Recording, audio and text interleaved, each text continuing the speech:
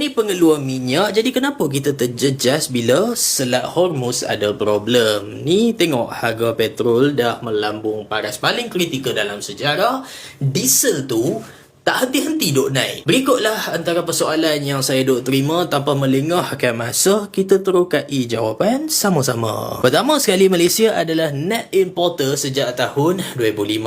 Maksudnya walaupun negara kita menghasilkan minyak, jumlah kita ekspor minyak tu kurang daripada jumlah kita import untuk kita proses di kilang penapisan dan kemudian kita guna pakai untuk petrol, diesel, tong gas, minyak kapal terbang dan sebagainya. Kat situ je dah ada clue paling jelas membolehkan kita faham kenapa kita tetap duk kena tanggung tempias. Puncanya, kita tetap mengimport. So, sekarang kita breakdown guna data bernama. Bagi tahun 2025, nilai ekspor minyak mentah kita adalah 23.76 bilion ringgit. Tapi tahun yang sama kita mengimport minyak mentah bernilai 54.11 bilion. Jadi sah dah kita memang net importer. Kalau ambil kira data dari 2015 sampai sekarang, tak berubah. Kita masih mengimport lagi banyak untuk dibandingkan dengan mengeksport. Nah, situ ada gambaran jelas. Minyak mentah ni untuk pengetahuan korang sebenarnya tak sama. Ada grade masing-masing. Saya mula dengan Venezuela, King of Oil katanya. Betul? Result mereka paling besar di dunia. Orinoco Belt tu je punyalah besar sampai kena gabung saiz Pahang dan saiz Johor. Result versus two states punyalah besar Orinoco ni, dan Venezuela ada result lain macam Boyaca, Hunin, Ayah Cucu dan Carabobo. Cuma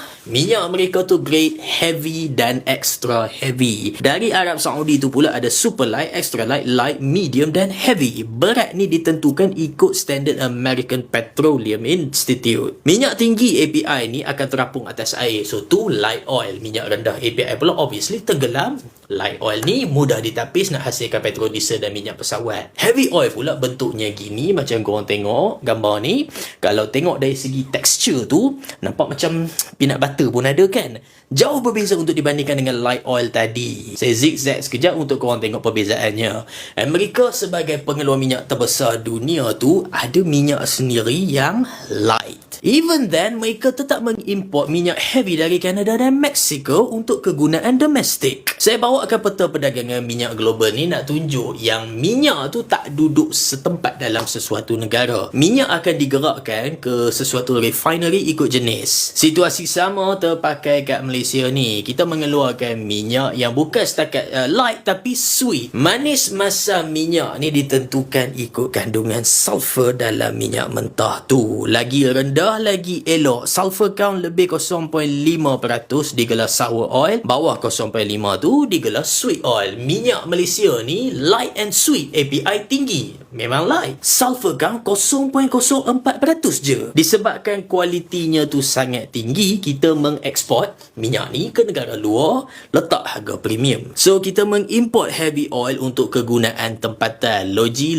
penapisan sedia ada macam loji Petronas kat Sungai Udang dan Pengerang tu memang designed untuk tapis heavier crude oil. Memang kita tak boleh bergantung pada production tempatan semata-mata sebab permintaan dalaman kita sendiri lagi tinggi. So kena import yang mentah dari luar untuk diproses loji-loji tersedia. Maka sebab itulah walaupun ada minyak sendiri kita masih mengimport. Isu sekarang ni adalah perang Iran tu dah kacau logistik. Selat Hormuz ni adalah laluan kritikal. 20 juta tong sehari gerak melalui situ, accounting 20% minyak laluan laut sedunia. Dalam 20% ni adalah bahagian Malaysia. Separuh daripada bekalan negara kita ni lalu kat Selat Hormuz. Jadi apabila Selat Hormuz dibuka, ditutup, dikenakan tol, digugurkan tol kepada negara-negara tertentu, tanker tak berani nak masuk keluar, sekaligus kacau logistik yang renjat harga global. Harga turut dipengaruhi minyak yang diguna nak gerakkan tanker. Ni kita tak boleh terlepas. Dah harga minyak global naik, modal tanker ni pun naik lah. Kalau nak kira kadar harian tu, syarikat minyak pernah tanggung kos penghantaran minyak tu sebanyak 47%. Itu paling low. Kalau paling puncak 176%